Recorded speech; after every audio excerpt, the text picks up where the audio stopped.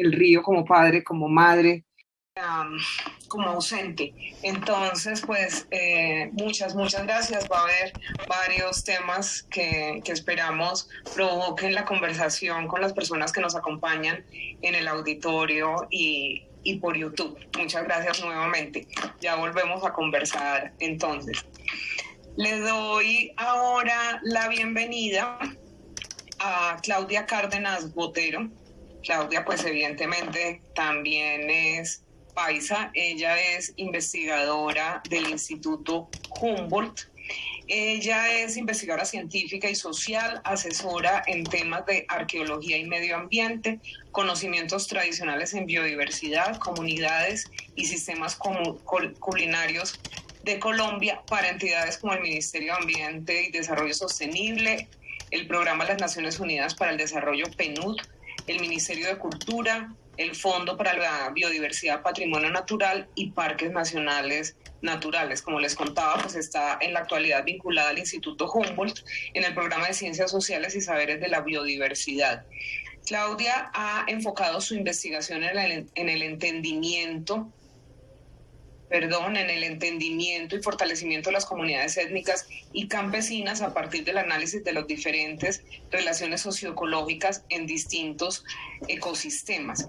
Tiene varias publicaciones, 2 libros muy relevantes que están invitados a revisar. Uno es Historias junto al fogón y el otro es... algo pasa con este computador desde que traté de arrancar, me disculpo. Y el otro es Cocinas de Tierra, Aire, Agua y Fuego. Entonces es una oportunidad muy linda de unir lo que estaba mencionando la profesora Ana María y la olla y las historias junto al fuego para recibir a Claudia, que ya la tienen ustedes ahí. Claudia, te saludo amorosamente, me da mucho gusto verte en la distancia. 15 minutos, por favor. Atendido. Bueno, buenas tardes a todos, casi que no acaba esa presentación. Primero que todo, dar las gracias a este evento tan maravilloso que tiene que ver con el agua, que nos convoca a todos. Creo que quería empezar esta presentación diciéndoles que solo quiero hablar de la experiencia aplicada con comunidades. Yo soy antropóloga de formación, es con una experiencia también en arqueología, que fue como mi primer área de trabajo, y que trabajando en arqueología durante unos 8 años llegué a la conclusión que tenía que también trabajar con los vivos, no solamente con los muertos, y que con los vivos también tenía que trabajar en algunas transformaciones que podían superar un poco mi experiencia del pasado, entonces que podía transitar con los vivos. La biodiversidad llegó a mi vida gracias al Instituto Humboldt. En este momento ya llevo unos 12 años que he podido compartir en la institución, y desde el inicio del instituto fue, digamos, como la escuela, porque pues estaba allí compartiendo con biólogos, con diferentes ecólogos básicamente, y quería yo como trabajar el tema de los conocimientos tradicionales asociados a la biodiversidad. En aquel momento solo habíamos 4 investigadores que trabajamos este tema y no se sabía por dónde coger, digamos, abordar esos temas de uso de biodiversidad, conocimientos tradicionales, protección a los conocimientos tradicionales, cuando lo que se hacía en aquel momento, estoy hablando hace unos 27 años, se hacía era inventarios de biodiversidad. Quería irme hasta ese momento porque es muy importante cuando a mí me dicen para esta presentación, queremos que cuentes tu experiencia con el agua. Yo decía, pero experiencia con el agua, ¿pero de qué? Yo decía, en la montaña, en el páramo, ¿cierto? En los humedales. Y decía, bueno, todo está transitado y todos estamos transitados por el agua. Somos 70% agua, entonces la primera experiencia con el agua empieza desde vernos a nosotros mismos también y entender cómo nuestro cuerpo se comporta, cómo responde ante las necesidades que el ambiente nos pone, y cómo nos relacionamos, aún teniendo todos ese 70% de agua, cómo nos relacionamos como individuo en la diferencia. Puse esta foto a propósito para acabar con todas las vanidades en el tema de la experiencia con el agua, porque ustedes se pueden imaginar lo que es la primera experiencia en el agua con unos 100 y pucho de kilos, tratando de soportarse en una canoita bien chiquita y mantener el equilibrio, ¿cierto? Cuando las comunidades anfibias hacen esto de una manera tan ligera y tan ágil. Entonces, la experiencia con el agua puede ser tan frustrante como tan gratificante como uno quiera. Los ecosistemas culinarios, vamos a ver si no se devuelve, básicamente destacan que estamos en un país que, si bien es pluriétnico, multicultural, un país que es megadiverso, pues cuando queremos hablar de la biodiversidad, básicamente la cocina, que es a lo que quiero un poco contarles, no podemos desconocer que hay una integralidad que empieza en el ecosistema, que atraviesa los montes, los bosques, que puede pasar por los arroyos, las quebradas, por el patio de la casa, la huerta, la troja, hasta llegar a la mesa. Entonces, en todo ese marco, digamos, de ese ecosistema, hay una cantidad de relaciones, conocimientos, prácticas, usos, que hemos llamado valores de la biodiversidad. Entonces, estos valores pueden ser espirituales, pueden ser valores culturales, valores que tienen que ver con la cultura de la construcción, pueden ser valores que tienen que ver con lo espiritual, con la vivienda, con el abrigo y con el alimento. Cuando uno se va a mirar todo el tema de los usos de la biodiversidad, encuentra que casi todo finalmente tiene un propósito para conseguir alimento, ya sea hacer una herramienta de trabajo o ya sea conseguir leña que sea la más adecuada para prender un fogón.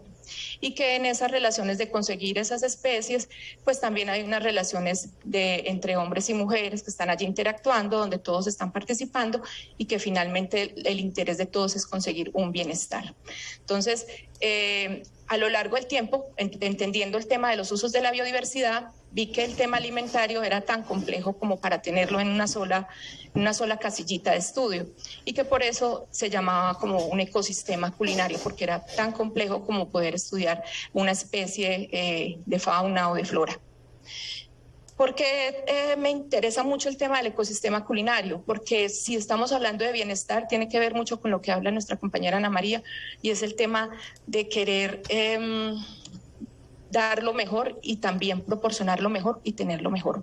¿Qué puede ser lo mejor? Pues comer bien sabroso, tener la mejor salud, cuidar el ecosistema, hacer las mejores prácticas, pero también afrontar todas estas necesidades que nos están, digamos, poniendo en retos en el día a día, ¿cierto? Digamos, hay necesidades ambientales, sociales, económicas y demás. Y que la cultura, que es aquello que está como en riesgo de pérdida, pues tiene una gran incidencia en que podamos fortalecer esos medios de vida que finalmente son los que nos proporcionan ese bienestar. Siempre hablamos de que el alimento nos une, nos sentamos a comer, y son como mensajes un poco también poéticos, diríamos de alguna manera, pero a mí me gusta mucho hablar de que lo que nos une realmente es el hambre. Es más fácil que todos podamos acceder a tener hambre a que podamos acceder a tener alimento. Esta es una escena en María la Baja de los juegos de los niños allá, con laticas de atún, echando agüita, jugando en el pequeño fogón, pero en lugares donde son contextos donde hay mucha hambre. ¿Qué relación tiene esto entonces con el agua? Pues todo, porque finalmente el acceso aquí cuando uno habla del ecosistema culinario, si estamos hablando del bosque, pues están todas las relaciones de los animales, el acceso de los animales a este bosque, pero también el incremento de las lluvias, la temporalidad, la estacionalidad, los tiempos de cacería, los tiempos en que se consumen ciertos alimentos, las prácticas, quiénes son los que salen a cazar, en este caso los hombres, pero también quiénes son los que saben las recetas y preparan estos ingredientes tan sabrosos que pueden ser en ocasiones las mujeres y los hombres también. Los hombres participan de muchas actividades de la cocina. Traje esta fotografía y me podría quedar aquí los 10 minuticos que me quedan, los 8, porque es una fotografía que desde cualquier área de estudio, si aquí hay antropólogos, si hay ecólogos, si hay biólogos, si hubiese un ingeniero, le puede hacer preguntas a este plato desde el área que trabaje, ¿cierto? Tanto desde el acceso, como desde la comercialización, como desde la ecología, si es abundante o escaso, desde la presión que puede haber sobre ese armadillo. Otra persona de gastronomía diría qué plato es ese, si tiene propiedades medicinales, curativas o demás. Es un armadillo que en los Montes de María se consume guisado y que es muy sabroso, es una especie de cacería y que se consume como una especie de subsistencia, ¿no? Esto todo en el marco de la subsistencia de las familias. Y la chotera que ustedes ven allá, que es de totumo, en la cual se agrega, pues digamos, la pimienta, el comino, todas las hierbas de azotea para darle sabor a estos platos que son tan guisados. Pero si usted se pregunta otras cosas, entonces ahí está el ajito pito, está la cebolla morada, y a cada uno de esos ingredientes le podemos hacer preguntas económicas, sociales, ambientales, sobre la presión que puede ejercer el ser humano en los ecosistemas cuando hace el consumo o no de una de estas especies. Mientras vemos esta otra foto, es una gallina guisada. Entonces, ustedes ven la anterior foto y claro, desde la cultura la miramos y decimos, ay, qué desagrado esa pata de armadillo, yo no me comería ese plato, ¿cierto? Porque nuestra cultura nos pone esa barrera frente a un medio de vida, frente a un contexto. Pero cuando les muestro estas, a todos babean y todos dicen, yo sí me comería esa gallina guisada. Entonces, es empezar a mirar al otro. Digamos, la cocina básicamente nos permite mirar al otro desde una condición en la que somos iguales, pero donde podemos destacarnos por esa diversidad, por esa diferenciación. La ciencia tiene que aprender a trabajar con comunidades, tiene que aprender a llegar a la gente, y la cocina es un vehículo para comunicarnos y para entender el territorio, para planearlo, para gestionarlo, para tomar decisiones que son muy importantes porque tienen que ver con el hambre, la pobreza, tienen que ver con decisiones de la vida, decisiones vitales. Entonces, perdón, que me devolví, a ver acá. Aquí hay otros valores de la provisión de alimentos. Dentro de todos esos valores que podemos estudiar en un ecosistema culinario, proveer alimentos es uno de los más importantes para las comunidades locales. Entonces, tenemos la diversidad de colores, tenemos la diversidad de maderas que sirven para construir utensilios, que son útiles no solo para la alimentación, sino también para conservar alimentos, para preservar. Encuentros de cocina, digamos, mi experiencia se ha basado en que, dependiendo del tipo de proyecto que se ejecute en el instituto, hay proyectos con felinos, proyectos de restauración ecológica, han habido proyectos que tienen que ver con la restauración de corredores de conservación del bosque seco. Yo no pienso como en el nombre del proyecto, sino que pienso en cómo dentro de ese proyecto podemos meter la cocina como un elemento de diálogo que nos permita entender la estrategia de conservar el bosque seco. Entonces es una metodología más a la inversa. Voy a mostrar aquí algunas foticos como para que alcancen a ver cositas de los talleres. Dentro de este proceso metodológico o enfoque del ecosistema culinario, la idea es que las comunidades tengan herramientas para hacer investigación propia. Entonces, ellos mismos documentan todo el sistema culinario, empezando por el bosque y terminando por el plato. Y esta experiencia, digamos, particular con el agua tiene que ver con un proyecto que ejecutamos acá con unos compañeros, Paola, Isaac, Ronald, otro equipo más amplio del instituto, que tenía que ver con restauración ecológica en la región de los humedales en la región de La Mojana. Pero entonces nos dicen, también hay que hacer restauración de modos de vida anfibios. Para esto, entonces, lo que hicimos fue empezar a reconstruir con todas las familias cuál era ese sistema de producción, ¿sí?, que tenían las familias en un ecosistema que permanece inundado y que también pues le acontecen temporadas de extrema sequía, y entender esos patios productivos, cómo funcionaban y se conectaban con las ciénagas y los caños y pues el humedal como tal. De todo ese ejercicio participativo, donde se hicieron cartografías de patio a patio, se levantaron especies productivas de patio a patio para saber cuáles se habían que recuperar, se diseñó entre todos el patio ideal. Y el patio ideal que contiene, entonces, por roles, contiene una chopera, que es como toda la estructura de la margen derecha, que es donde la mujer acude para coger el plátano, la yuca, para obtener, digamos, la leña, los frutales. Tenemos entonces también recuperar la estructura anfibia, que son, pues, digamos, si estamos en tiempos de invierno, de inundaciones altas y extrema sequía, pues tenemos que pensar que la producción debe ser por todo el año, ¿no? No podemos comer un tiempo y otro no. Entonces, la idea es que tuviéramos estructuras elevadas que permitieran tener alimentación durante los tiempos también de inundación. Recuperar el sombrío, porque si estamos hablando de cambio climático, pues básicamente necesitamos atemperar esas casas, y estos árboles eran los que iban a prestar ese servicio. y recuperar la periferia, que son los cercos vivos que conectan con la restauración ecológica que se hizo de caños y de humedales. Entonces, esta es una experiencia también muy interesante que nos llevó como a hacer unas estructuras adaptadas con los conocimientos tradicionales que las personas mismas proporcionaron, con materiales locales y que finalmente pueden ser más apropiados y ser más sostenibles. Aquí tenemos ya la diapositiva de los talleres que hicimos en temas de bienestar, salud y alimento, que es todo el ecosistema culinario. Ahí ven ustedes el árbol del árbol del bienestar. Me quedan 2 minutos, entonces les cuento acá.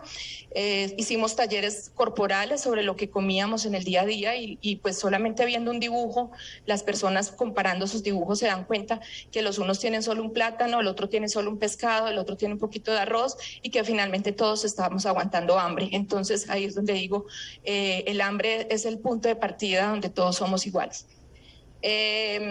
Y hicimos talleres de cocina, pero no talleres como llevando el gran chef y todo esto que ha sido parte, digamos, de la moda reciente de la cocina, sino justamente destacando esas portadoras tradicionales o esas señoras sabedoras que saben hacer la galleta de limón, el pescado abierto, el arroz con frijolito, y que ellos mismos encontraran que dentro de su sistema hay formas de tener soberanía alimentaria y de apropiarse de su propia cultura, ser orgullosamente mojaneros. Como ya se acabaron los 2 minutos, ahí cierro.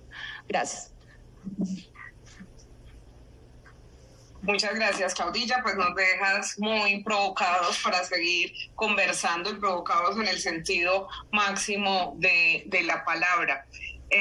Pero pues por supuesto los sigo motivando a que por favor hagan sus preguntas en YouTube para quienes están conectados o las vayan preparando. En el caso